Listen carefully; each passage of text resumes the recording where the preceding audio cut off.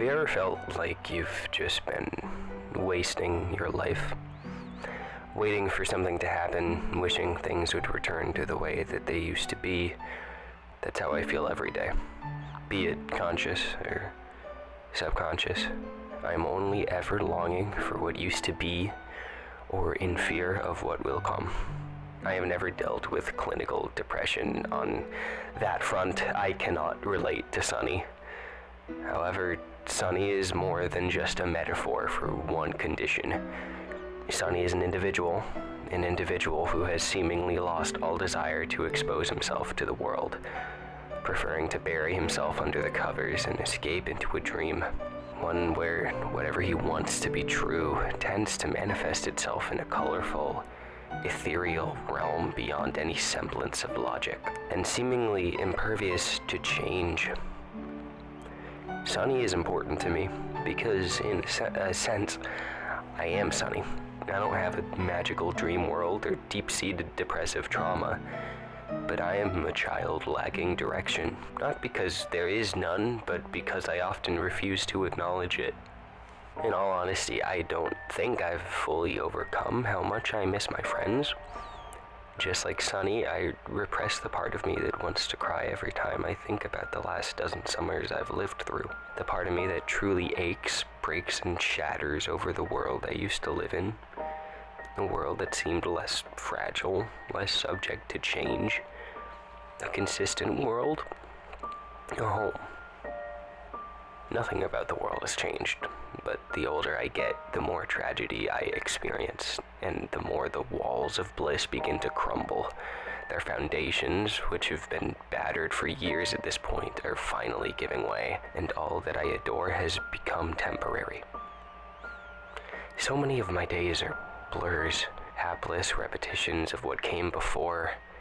Seldom have I experienced a more stomach-turning feeling in day-to-day life than getting ready for bed and realizing that even though you've been awake for 14 hours, it still feels like you just woke up 2 hours ago. That is where my horror lies.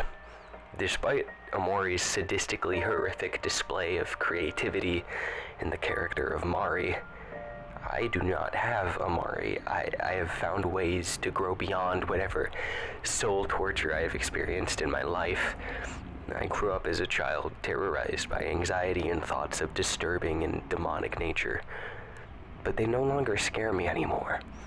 And yet, somehow, Mari shakes me to my very core. As I'm writing this, I'm having to take deep breaths just like Sunny to calm down at the thought of her. I fear even to praise the developers for creating her, as it almost feels wrong. The most horrific thought I could ever muster up is being present when the life fades from a loved one's eyes. More specifically, I fear that it will happen out of nowhere, unexpectedly and quickly.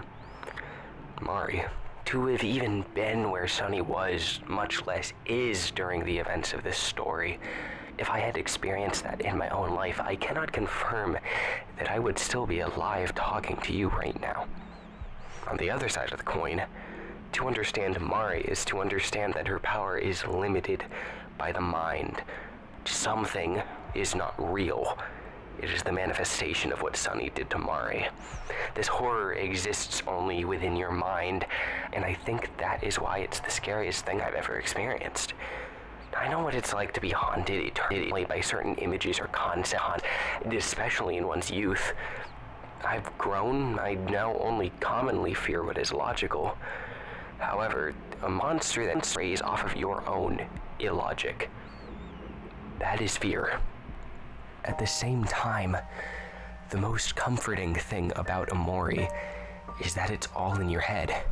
Whatever has happened has happened. You have the power to grow beyond it. You need only regain the capacity for action. Omori is about Sunny regaining that capacity. Oftentimes I'll feel intimidated to talk to my loved ones about how I truly feel, to mend something I felt was broken in our relationship, to push forward into new, beautiful memories. Because it's like everything is fragile now. Ever since youth began to slip, it's as if I began to believe that trying to fix anything was no longer worth it, or even blatantly dangerous. So, I isolate. I dream and I mourn what I no longer have silently. But I do not acknowledge it. I believe myself to be better than that. I'm excited for the future, I say, and I am, but I'm a fool to say that I am anywhere close to getting over what can no longer be retained.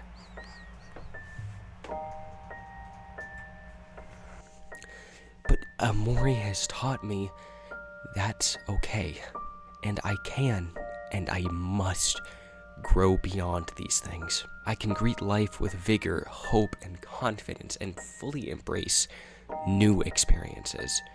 I can change and meet new people without losing those who have become family. I can cherish my old memories and learn not to suppress my childhood. I can be the one who reaches out even when I'm on the brink of collapse. Especially when I am on the brink of collapse. I can love those I have lost without wanting to erase them. And most importantly, I can take these steps one by one, exit my isolation, and make a change in my own life, and enrich the lives of others. Omori has met me precisely where I am. I love it. I hate it. Most of all, I must grow through it. Not all of us experience life in the same way. We all perceive life through a different lens. For some, it is religion. For others, it is simply human. God has used Omori to show me what I truly need to focus on. So no matter what happens, as long as I heed his words reflected through this art, everything is going to be okay.